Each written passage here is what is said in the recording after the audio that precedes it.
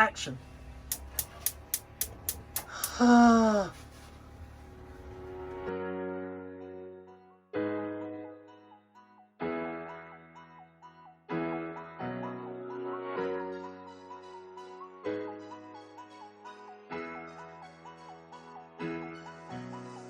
Come to the sun with me, so I can show you. Another glorious morning here in the North Ionian. Only for a few days though, as of the day after tomorrow. Day after tomorrow, that would make a really good name for a movie. Yeah. So as of the day after tomorrow, we've got a storm coming. So we're moving. We're going to go back to a town dock. We're going to tie on to a town dock. Just looks absolutely gorgeous. It's a beautiful day. It's so lovely here. And what you see here is us moving from location to location, either for shopping or to avoid bad weather. And follow the snail trail. Go to the town dock there. So Blown Away is a long keel, heavy displacement boat with a relatively small rudder placed directly behind the propeller. So she goes ahead and she surfs down waves exceedingly well with that long keel. What she doesn't do is go astern under engine very well. And this is the games we play when we're docking the boat astern. So let's take a look at the process of tying this boat back to a town dock. Firstly, you need to get the boat in the right location to drop the anchor. You need to have it facing the correct way so that when you go astern, you can use the tension of the chain on the seabed to maintain a straight line astern. Once we get a certain amount of chain on the bottom, we can set the anchor, i.e. dig it into the seabed. And once it is there, we can use the engine against that anchor to lay more chain to get the back of the boat close to, but not touching, the town dock, whereby one of our crew can step onto the dock and tie the stern lines. Sounds easy, right? Okay, let go.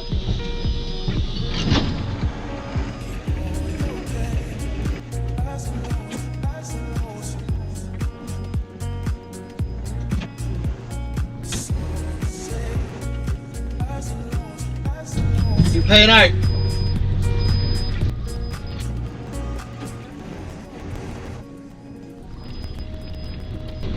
Nat?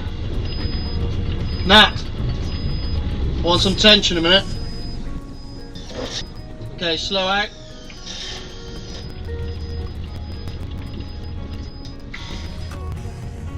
I want to set it. Okay, slow out. Actually, make it 4.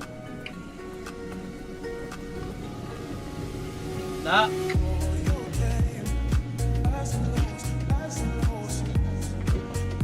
Okay, I need you back here.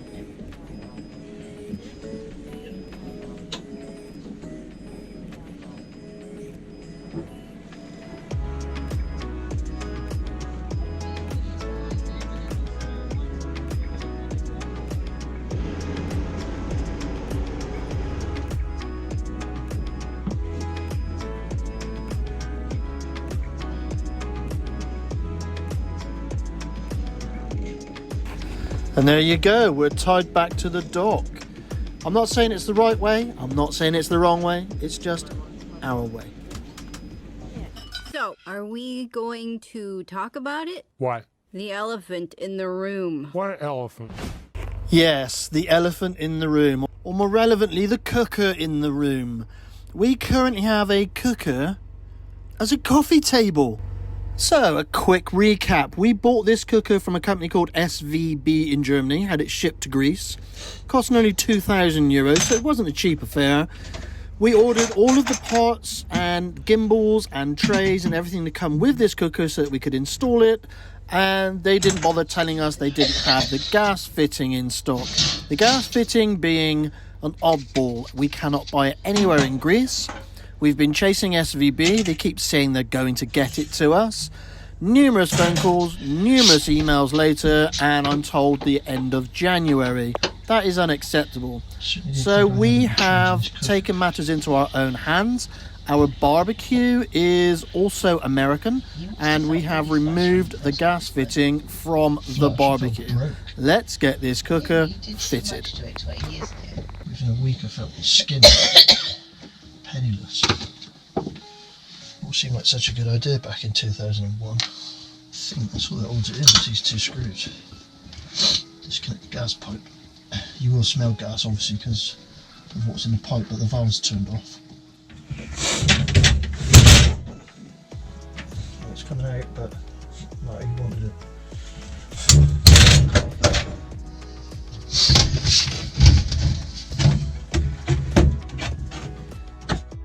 I fitted this cooker 20 years ago, and the fittings are stainless steel, allegedly, but they are corroded and they will not undo. So we are just going to have to get heavy with this.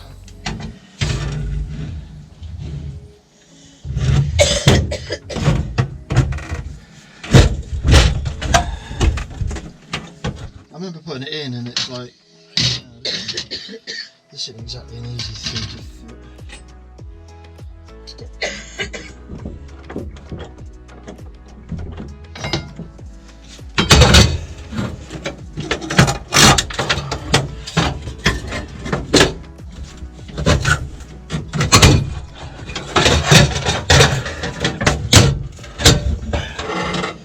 It's coming out one way or the other. Don't try this at home, kids. There's no way I'm going to undo that Jubilee clip because it's been there for 20 years. Okay. Pipe's disconnected.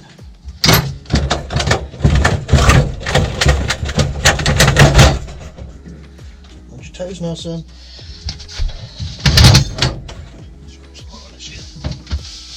Cool, this one's out of the way. No one can resist the force of the crowbar.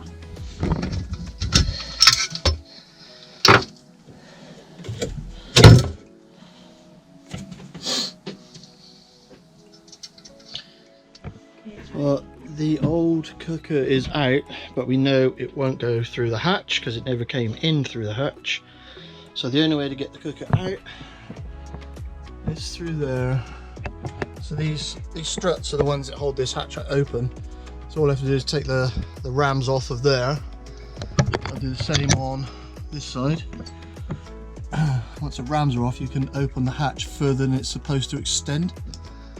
And then the cooker will go out through the hatch.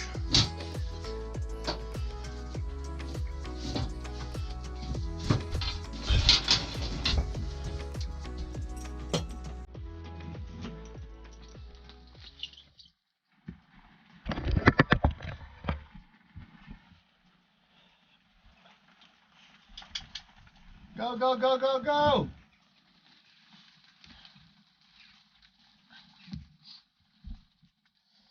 Yeah, go! Go, go! Go, Nelson, it's raining, I'm getting wet.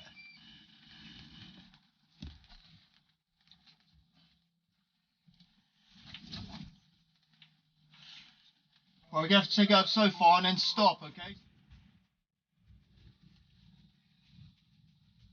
Keep going. Okay, stop there, because I need to step outside now. Okay, up.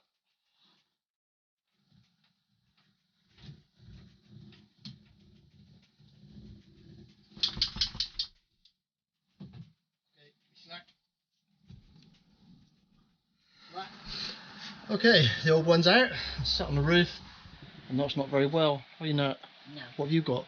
I haven't got COVID. You've got man flu. I've got man flu plus vaccine. Yeah. Booster.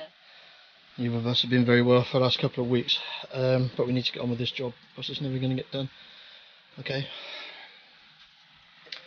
So basically, I just need to make sure that what's going to happen is that when it fits in here, everything lines up and it's all in the right places. And there's obviously been pieces taken out of here for the old cooker when it was fitted, so I'm going to have to fill that in with some plywood or something. Yeah, I just need to see where the mounts sit, to be honest. I think the cooker is going to stand further out than the old one did, but we shall see.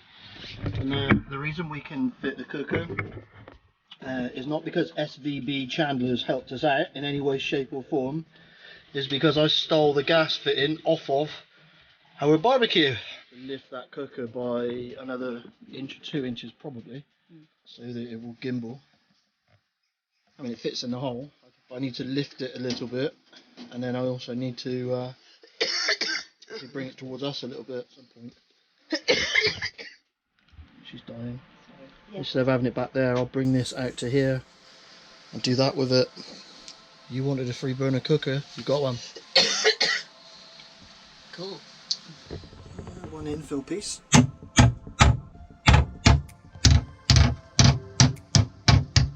In position.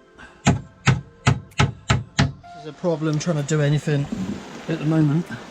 Every time I come outside with a power tool, it starts raining. Then my power tools get wet. Nat, you can see this cooker from space. Cool. Like, there are people on the International Space Station filming this cooker. Cool. It's huge. It's not huge. It looks huge because our galley is so small. We do have a small galley, but now we have a huge cooker. So it's almost in. Just need to get the mounts fitted for the gimbal, paint it out and a few bits and pieces, and yeah, job done.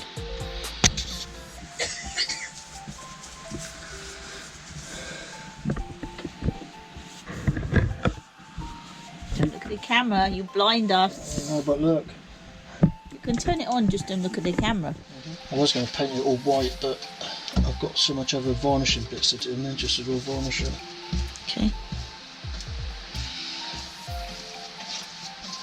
Yeah, the only downside to us fitting the cooker is the coffee table's gone. Making me coffee too. There's no character in this wood. Yeah. Some might see it as damage. I see it as character. Definitely character.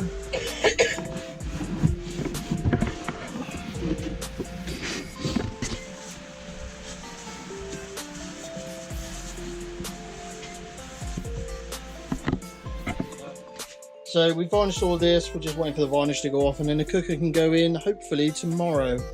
So yesterday we got the cooker to the point that it's lined up and we know where it's going to fit, etc. We now need to make up some packing pieces for the gimbal mounts. These are the gimbal mounts. So the little steel pins that are inside of here lock into this circle here. So the gap at the moment is actually slightly larger than we need it, so I need to close that gap, and I'm going to make a packing piece out of plywood. So I'm just going to use a piece of scrap plywood.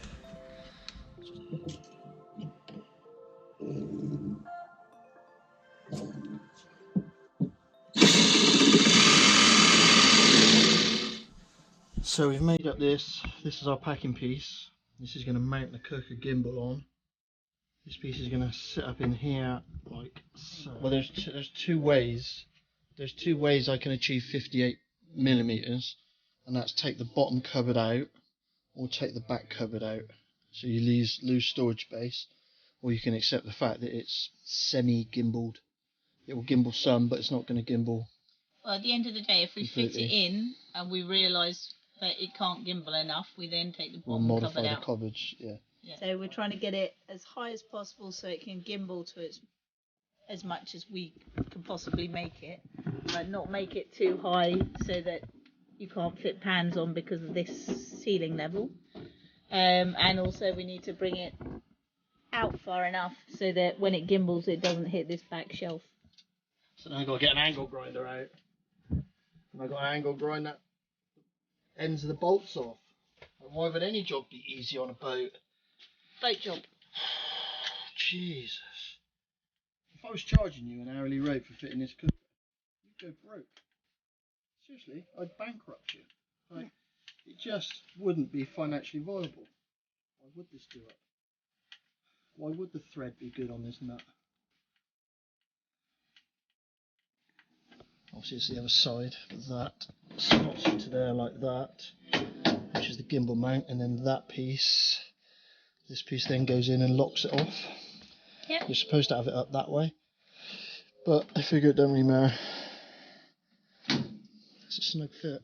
Yeah. Bulkhead in You can relation. just use a spirit level, right? To make sure it's level. Because on a boat you have those advantages. There's 3 useless things on a boat. The grand piano, the spirit level, and a Royal Navy officer. Make sure I don't drill into the power cables, right? Any power cables there? Good. Brilliant. Sorry, let's do that again. Hang on. What's going to happen? Where are you thinking of putting it? Well, look, if I do the levels, that's kind of somewhere near where it needs to be, right? It's just about into the stainless. I'm going to go, you need to be that way. Yeah. Part in the stainless. Which means that 2 screws will be in the stainless, 2 won't be in the stainless, which will twist the plastic, which then means that the slide won't go in because it's twisted the plastic. Which means I need to make up a wafer thin packing piece. Or just cut the stainless off.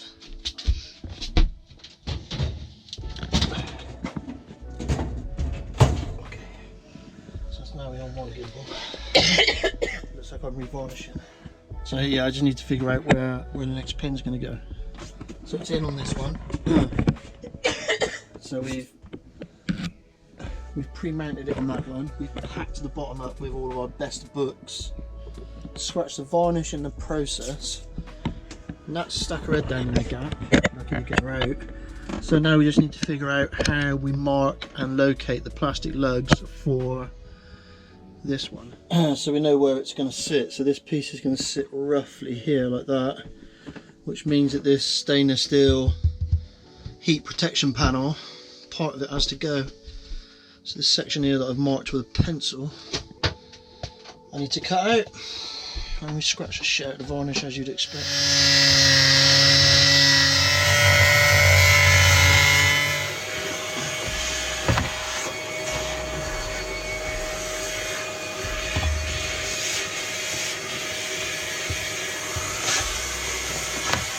And this is the piece we were waiting on for so long that never turned up.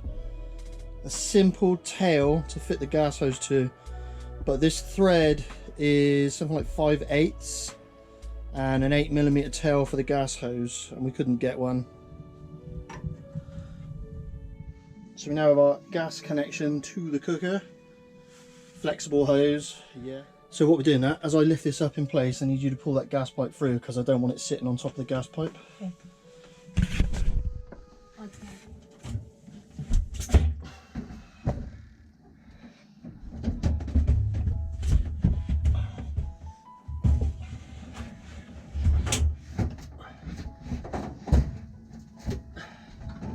Close.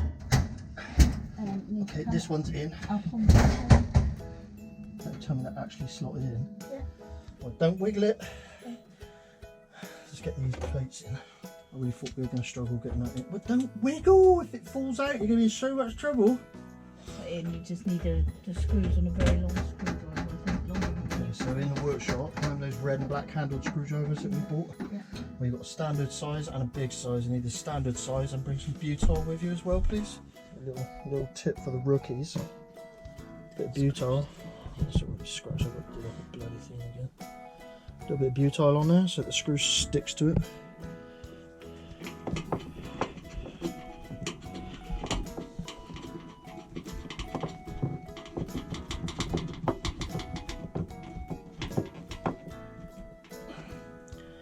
And the reality is, if I can only get one in, I'd be happy. Aren't you glad you didn't redo the varnish already? Yeah. What a waste of time varnishing that panel. Do you know what? I looked at that panel this morning and thought, oh, that's lovely. It's so shiny. It's such a flat finish. So that varnish has come out so well. I'm so glad I did that varnish. Damage to the varnish. Oh, I want to cry. But look. It looked so good. Okay, one gimbaled stove. And a lot more gimbal than we were expecting, There's to be more honest. gimbal on that than there is on the other one. What we need is a scouring pad. If you ever use a scouring pad on here, ever, I will not be a happy bunny.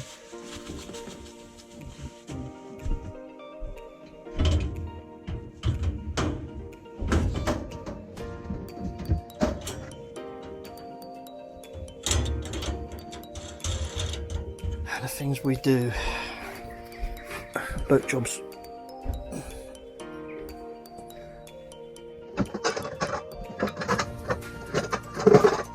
Natalie, it's got piezo ignition. It's push button. Crazy. Well, you don't need a lighter. Nat, throw the lighters away. You don't need a lighter. It's got piezo ignition. You just push the button and boom!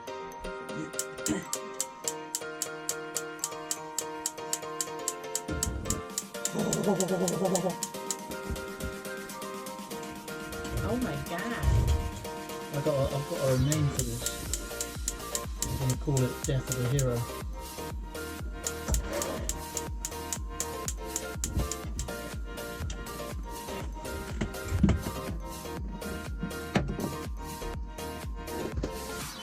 Well, they all work.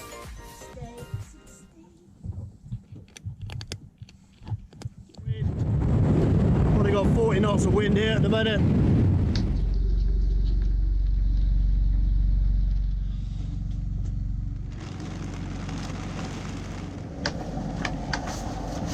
Where's Nelson? I've got him down there on the fireside. Okay.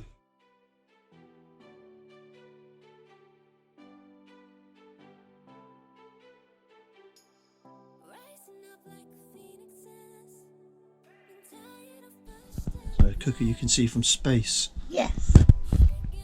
like the Great Wall of China. Hey, Cordelia's got a 4-burner. You can continue to get a 4-burner. Easy working conditions here. Kev, don't you damage my new cooker. I'm glad you said it's your cooker though. It saves me saying some sort of sexist comment.